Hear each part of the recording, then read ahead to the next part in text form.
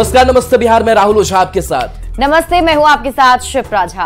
तो बीजेपी के राष्ट्रीय अधिवेशन में पीएम मोदी ने हुंकार भरी। पीएम मोदी ने विकसित भारत का संकल्प लिया। पीएम ने कांग्रेस को परिवारवाद, भ्रष्टाचार और तुष्टीकरण की जननी बताया। साथ ही कार्यकर्ताओं को अब की बार 400 पार मिशन पर काम करने का लक्ष्य दे दिया। 400 पार, अब की बार 400 पार। जी, पीएम मोदी ने बीजेपी के राष्ट्रीय अधिवेशन में पार्टी नेताओं और कार्यकर्ताओं को यही लक्ष्य दिया है। राष्ट्रीय अधिवेशन में अपने संबोधन के दौरान पीएम मोदी ने कार्यकर्ताओं से कहा है कि अगले 100 दिन नई ऊर्जा के साथ काम करना है, जी जान से जुट जाना है और हमें हर नए वोटर तक पहुंचना है, बस एक लक्ष्य के साथ, और वो है 400 पार का लक्ष्य। अब की बार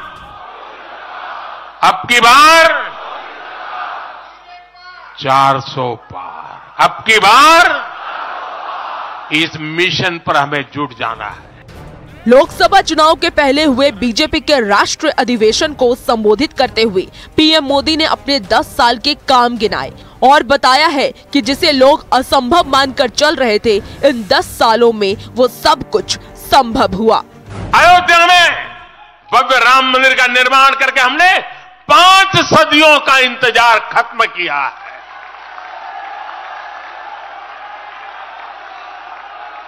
गुजरात के पावागढ़ में 500 साल बाद धर्म ध्वजा फहराई गई है।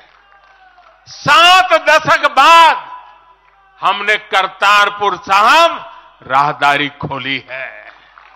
7 दशक के इंतजार बाद देश को आर्टिकल 370 से मुक्ति मिली है। पीएम मोदी ने अपने संबोधन के दौरान कांग्रेस पर भी जोरदार प्रहार किया है।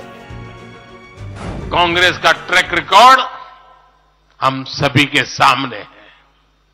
कांग्रेस अस्थिरता की जननी है। कांग्रेस परिवारवाद की जननी है। कांग्रेस भ्रष्टाचार की जननी है। बीजेपी के राष्ट्रीय अधिवेशन में केंद्रीय गृह मंत्री अमित शाह ने भी हुंकार भरी। अमित शाह ने कहा है कि देश ने तय कर लिया है कि एक बार फिर नरेंद्र मोदी पीएम बनेंगे। देश ने तय किया है कि मोदी जी फिर से एक बार इस देश के प्रधानमंत्री बनेंगे। लोकसभा चुनाव का ऐलान होने में बस चंद दिन बाकी है। ऐसे में बीजेपी पूरी तरीके से चुनावी मोड में आ चुकी है। बीजेपी के राष्ट्रीय अधिवेशन में दिखा पीएम मोदी का कॉन्फिडेंस बताता है कि बीजेपी जीत को लेकर पूरी तरह आश्वस्त है। न्यूज़ 18 के लिए दिल्ली से पवन गौर और विनीत के साथ ब्यूरो रिपोर्ट। तेजस्वी यादव 20 फरवरी से जन विश्वास यात्रा पर निकल रहे हैं ताकि महागठबंधन सरकार के 17 महीने के काम का क्रेडिट मिल सके। बीजेपी और जेडीयू ने तेजस्वी यादव के यात्रा पर तंज कसा है। जेडीयू नेताओं का कहना है कि नीतीश कुमार विकास के नायक हैं, दूसरा कोई कुछ भी कर ले, कुछ फर्क पड़ने वाला नहीं है।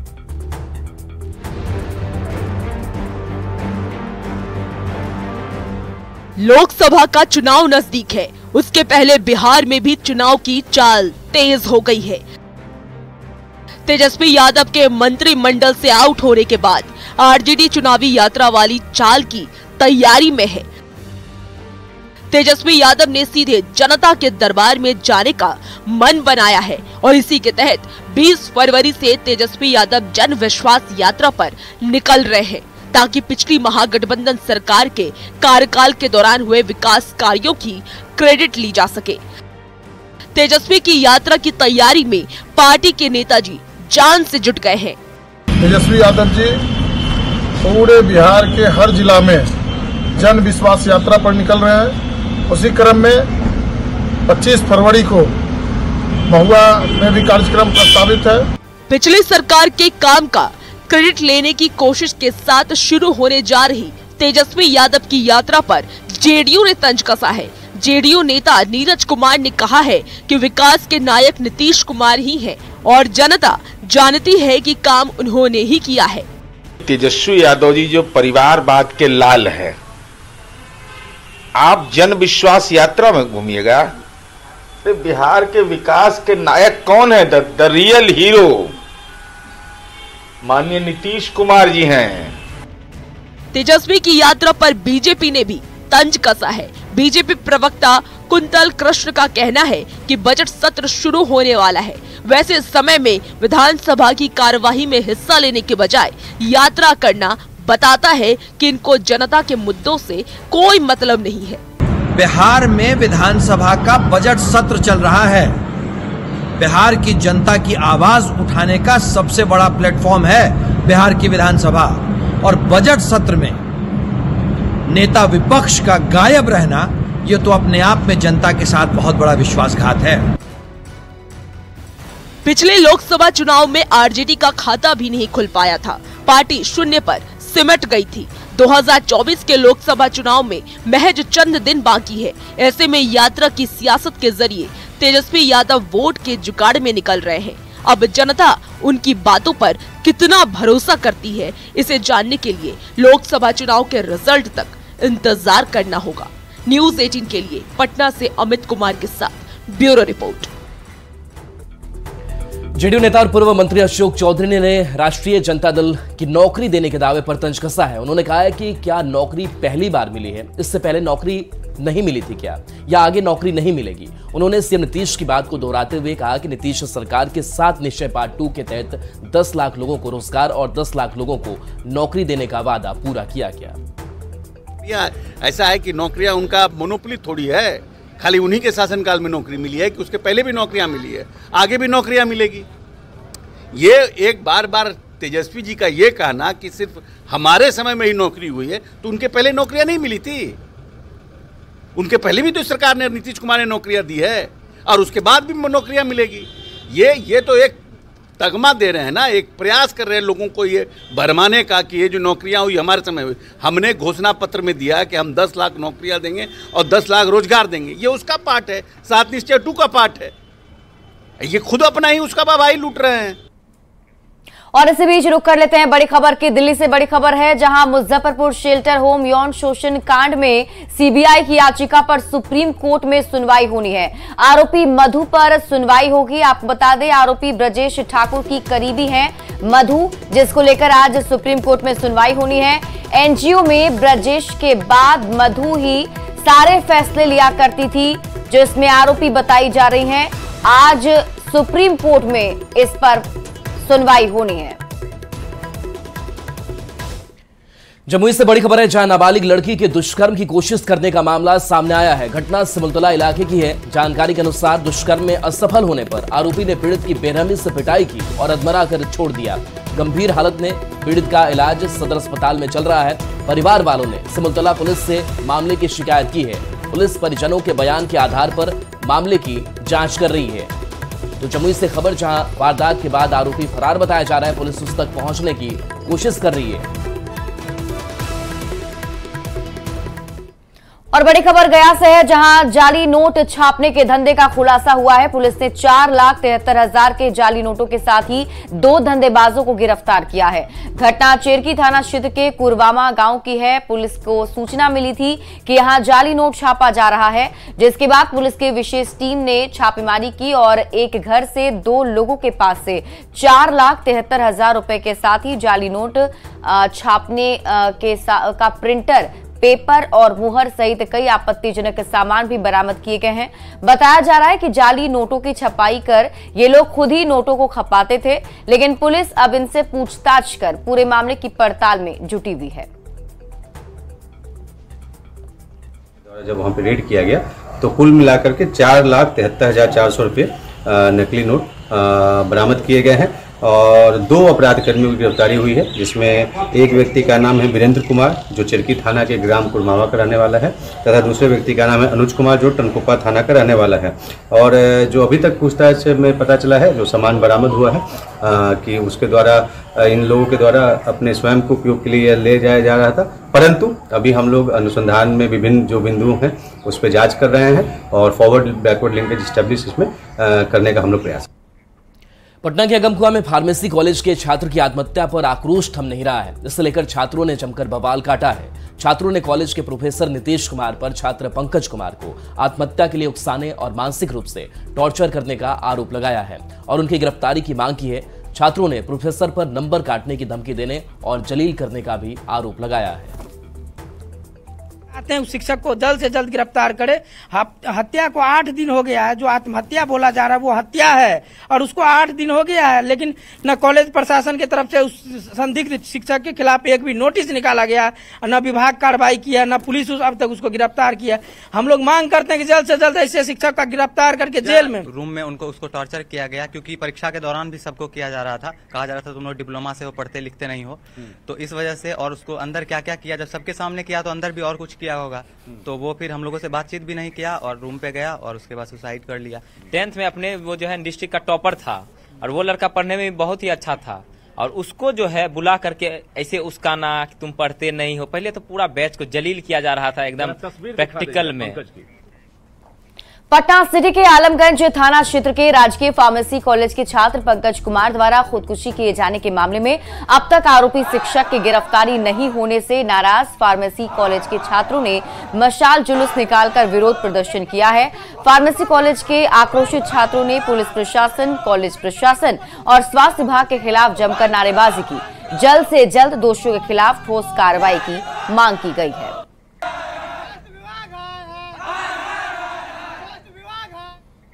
खबर नवादा से, जहां रजौली में पुलिस ने 1.25 एकड़ में लगे अफीम की फसल को नष्ट कर दिया है। परतौनिया के जंगली इलाके में अफीम की खेती को नष्ट किया गया। अफीम की फसल लगभग तैयार हो चुकी थी। अफीम को बाजार में बेचने की तैयारी थी। अफीम की फसल की अनुमानित कीमत करोड़ों में बताई जा रही है। वहीं छपरा के मशरक में जिम सेंटर में भीषण आग लग गई। रामघाट गांव में जिम सेंटर में आग लगने से लाखों की संपत्ति का नुकसान हुआ है। आग में 3 लाख की संपत्ति जलकर खाक हो चुकी है। गांव के लोग जब तक आग पर काबू पाते सब कुछ जलकर राख हो चुका था। फिलहाल आग लगने की वजहों का पता लगाया जा रहा है। तो ये तस्वीर हम आपको दिखा रहे हैं। देखिए, जिस वक्त आग लगी थी और बताया जा रहा है कि ग्रामीणों ने अपने स्तर पर कोशिश की आग बुझाने की और जब तक आग पर काबू पाया गया तब तक लाखों की संपत्ति का नुकसान हो चुका था। ये तस्वीर हम आपको उस वक्त दिखा रहे हैं जब वहां आग लगी थी और देखिए किस तरीके से आग में सब कुछ जलकर राख हो गया है। बताया जा रहा है कि जिम सेंटर में आग लगी। हालांकि आग लगने के पीछे की वजह क्या रही है ये अभी तक स्पष्ट नहीं हो पाया है, जिसके बारे में अब पुलिस की टीम जांच में जुटी हुई है। गोपालगंज पुलिस ने शराब तस्करों के खिलाफ एक बार फिर से बड़ी कार्रवाई की है। श्रीपुर ओपी की पुलिस ने खास अभियान चलाकर लग्जरी कार से भारी मात्रा में विदेशी शराब बरामद की है। बंशी बतराहा नहर के पास से पुलिस ने शराब की खरीद बिक्री करते धंधेबाज बलिंद्र यादव को गिरफ्तार किया है। जब्त कार से पुलिस ने 189 लीटर शराब बरामद की है। एसपी का कहना है कि शराब माफिया बलिंद्र यादव पर जिले के अलग अलग थानों में 7 से अधिक केस दर्ज है। तो शराब धंधेबाजों पर पुलिस का एक्शन लगातार जारी है और शराब की खेप के साथ तस्करों को गिरफ्तार किया गया है। बड़ी खेप शराब की बरामद की गई है। वाहन चेकिंग के क्रम में कुख्यात शराब माफिया बलिंदर यादव, जो कि भोरे थाना क्षेत्र का रहने वाला है, उसको गिरफ्तार किया गया है और उसके पास से एक गाड़ी है, लग्जरी गाड़ी में करीब 190 लीटर शराब लेकर जा रहा था। उस शराब को भी जब्त किया गया है और इसमें हम लोग फॉरवर्ड बैकवर्ड लिंकेज स्थापित कर रहे हैं और अग्रतर कार्रवाई कर रहे हैं। और इसी बीच रुक कर लेते हैं बड़ी खबर की। मुजफ्फरपुर से बड़ी खबर है, जहां मूर्ति विसर्जन के दौरान 2 पक्ष में मारपीट हुई है। डीजे बजाने को लेकर 2 पक्ष आपस में भिड़ गए। सकरा थाना क्षेत्र के डिहुली इशहाक की एक घटना बताई जा रही है। पुलिस ने हालांकि घटना से इनकार कर दिया है। पुलिस इसे मामूली विवाद बता रही है, लेकिन बताया जा रहा है कि 2 गुट आपस में भिड़ गए, जिसकी वजह से माहौल काफी तनावपूर्ण बना रहा। खबर जमुई से, जहां नगर थाना क्षेत्र में डायल 112 की टीम पर हमला हुआ है। हमले में 4 पुलिसकर्मियों को मामूली चोट आई है, साथ ही पुलिस की गाड़ी भी क्षतिग्रस्त हुई है। सुनाय गांव में मारपीट की सूचना पर पुलिस की टीम मौके पर पहुंची थी। इसी दौरान उपद्रवियों ने पुलिस की गाड़ी पर पथराव कर दिया और 4 जवानों को घायल कर दिया है, जिसमें एक महिला पुलिसकर्मी और ड्राइवर भी शामिल है। पुलिस ने इस मामले में 8 लोगों को हिरासत में लिया है और सभी से पूछताछ कर संदिग्धों की भी तलाश की जा रही है। पुलिस की जो सरकारी गाड़ी थी वो क्षतिग्रस्त हुई है। साथ ही साथ डायल 112 की टीम में एक महिला पुलिसकर्मी थे, 2 गृह रक्षक थे और एक सैप ड्राइवर थे। उन चारों लोगों को चोट आई है। उनके टैब को क्षतिग्रस्त कर दिया गया था, जिसे बाद में पुलिस द्वारा क्षतिग्रस्त अवस्था में बरामद किया गया है।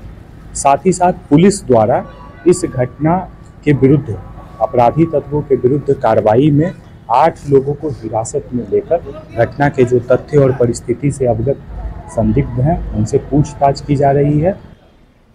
वहीं जमुई में सरस्वती पूजा के बाद प्रतिमा विसर्जन को लेकर कई जगहों पर छिटपुट हिंसा की घटना जारी है, जिसके बाद पुलिस पूरी तरह से अलर्ट नजर आ रही है। तनाव वाले इलाकों में लगातार गश्ती की जा रही है। ताजा मामला खैरा थाना के खुटौना गांव का है, जहां प्रतिमा विसर्जन के दौरान 2 गुटों में जमकर मारपीट और पथराव की घटना हुई। शनिवार की शाम प्रसाद वितरण के दौरान दूसरी पूजा समिति के लोगों से विवाद हुआ था, जिसके बाद मारपीट की घटना सामने आई। इस दौरान दोनों तरफ से पथराव भी किए गए हैं और बताया जा रहा है कि एक बार फिर से पथराव की जब घटना हुई तो दोनों ही तरफ से करीब 8 लोग घायल हो गए। गांव में तनाव को देखते हुए भारी संख्या में पुलिस बल की तैनाती भी कर दी गई है और पूरे मामले की जांच के लिए पुलिस की टीम ने कार्रवाई शुरू कर दी है। करना शुरू कर दिया, उसी में हम गया रोकने कि भाई अरे हम इसको कुछ बोला, कुछ मारा हो तो नहीं, अरे जो हुआ सब बंद करो गाड़ी, अब मत जाओ। लेकिन नहीं माना, फिर भी लाठी डंडा से माथा फाड़ दिया। यहाँ भी है चोट, गंजी मारने से पता चलेगा, पैर में है। पूरा मामला सर ये है, हम लोग रात में मूर्ति विसर्जन करके आ रहे थे और उधर से आने के दौरान जो है अनिल पासवान और भोला पासवान के घर के बीच दौरान जो है वो मतलब बहुत सारे लोग जो हैं पासवान जी लोग थे, उनका पूरा गुट बना हुआ था और अचानक हमला किए और बच्चा बुतरू को भी मारे थे, तलवार था, फायरिंग किए। उसके बाद जो है हम लोग बचाने के लिए एक दूसरे को छुड़ा रहे थे, उसके बीच ही बचाने के क्रम में ही मेरे को सर पे पीछे से कोई डंडा से या धारदार हथियार से घायल किया। और हर एक घटना के संबंध में पुलिस द्वारा अलग अलग घटना के कारणों एवं उसके बैकग्राउंड के संबंध में सम्यक अनुसंधान करते हुए जो भी संबंधित अपराधी तत्व हैं उन सभी के विरुद्ध विधि सम्मत कार्रवाई की जा रही है। हर एक घटना हमारे लिए एक आपराधिक घटना है और सभी जो अपराधी तत्व हैं उनके खिलाफ हमारी कार्रवाई चल रही है, आगे भी जारी रहेगी। गोपालगंज में शिक्षक अभ्यर्थियों के बीच एसटीटी का सर्टिफिकेट वितरण किया जा रहा है। एसटीटी सर्टिफिकेट मिलने के बाद बीपीएससी की टीआरई 3 की परीक्षा फॉर्म भरने वाले अभ्यर्थियों की परेशानी दूर की जाएगी। वीएम फील्ड में एसटीटी सर्टिफिकेट वितरण के लिए 10 काउंटर बनाए गए हैं। डीपीओ ब्रजेश कुमार ने बताया कि 2 दिनों तक 2019 और 2013 एसटीटी परीक्षा का सर्टिफिकेट वितरण होगा। एसटीटी सर्टिफिकेट वितरण का जायजा लिया संवाददाता गोविंद कुमार ने।